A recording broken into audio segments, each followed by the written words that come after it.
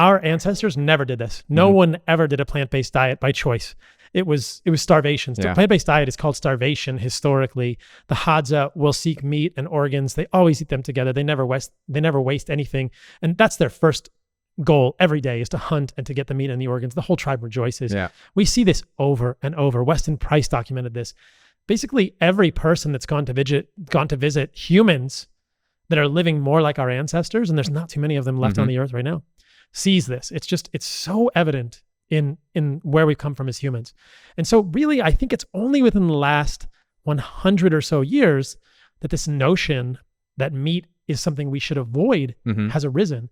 And I think it goes back to a religious group called the Seventh Day Adventist. There's a lot of interesting stories around this. So perhaps the original story, or one of the most striking stories, is of the Battle Creek Sanitarium in Battle Creek, Michigan, 1894, I believe is the date. And you have John Harvey Kellogg. This is of Kellogg's cereals fame.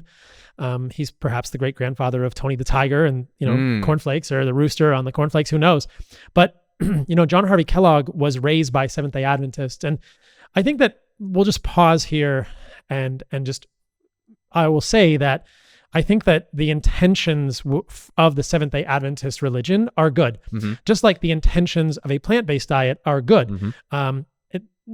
In the early 1900s, there was a lot of debauchery in the American culture. There was a lot of drunkenness. This was around the time of prohibition and questions. And I think we were struggling with our identity as humans within our American culture. And there was a lot of abuse of alcohol and probably other drugs as well.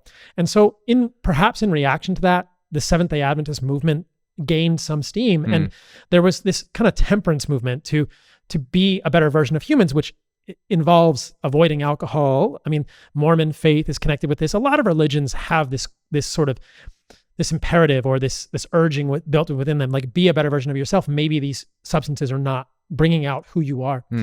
But connected with that, with the Seventh-day Adventist, was kind of a demonization of something that I think is fundamentally human, which is our sex drive and our vitality.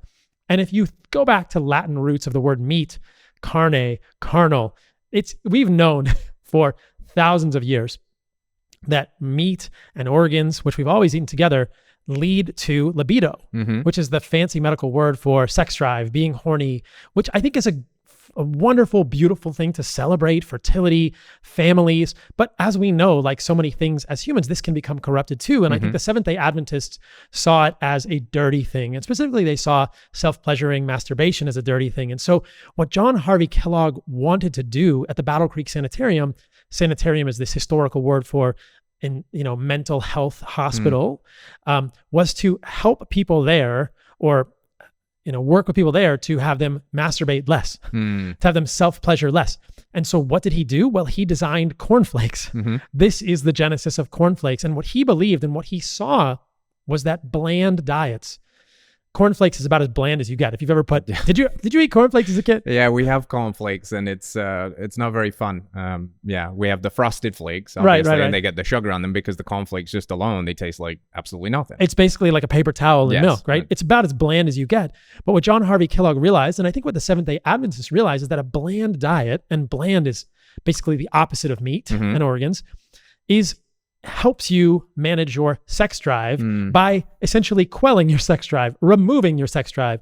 In some ways, this may sound intense, but you might parallel this with the surgeries that were done for people with a lobotomy. Yeah. You can lobotomize your sex drive. You can surgically, quote, remove your sex drive by limiting the nutrients that are necessary to make sex hormones in men and women. And that will get rid of your sex drive, or that will help you control it. But it also takes away a fundamental, central, beautiful part of what it is to be a human. Just like if someone has a mental illness, you can remove the frontotemporal lobes of their brain in a lobotomy, but that's removing a piece of what it is to be human. So I think that's the beginning of the plant-based movement, is this Seventh-day Adventist and John Harvey Kellogg, 1894, the Battle Creek Sanitarium. What's crazy, I'll just add this, is that I did a content piece about that on Instagram, and it got taken down, because Instagram said it was false information. And I looked and I was like, this is recorded history. Right.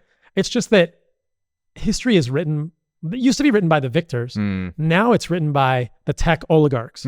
So somebody at Instagram, somebody at Meta has decided that's a piece of history that we want whitewashed. We don't want people to understand that. How crazy is that?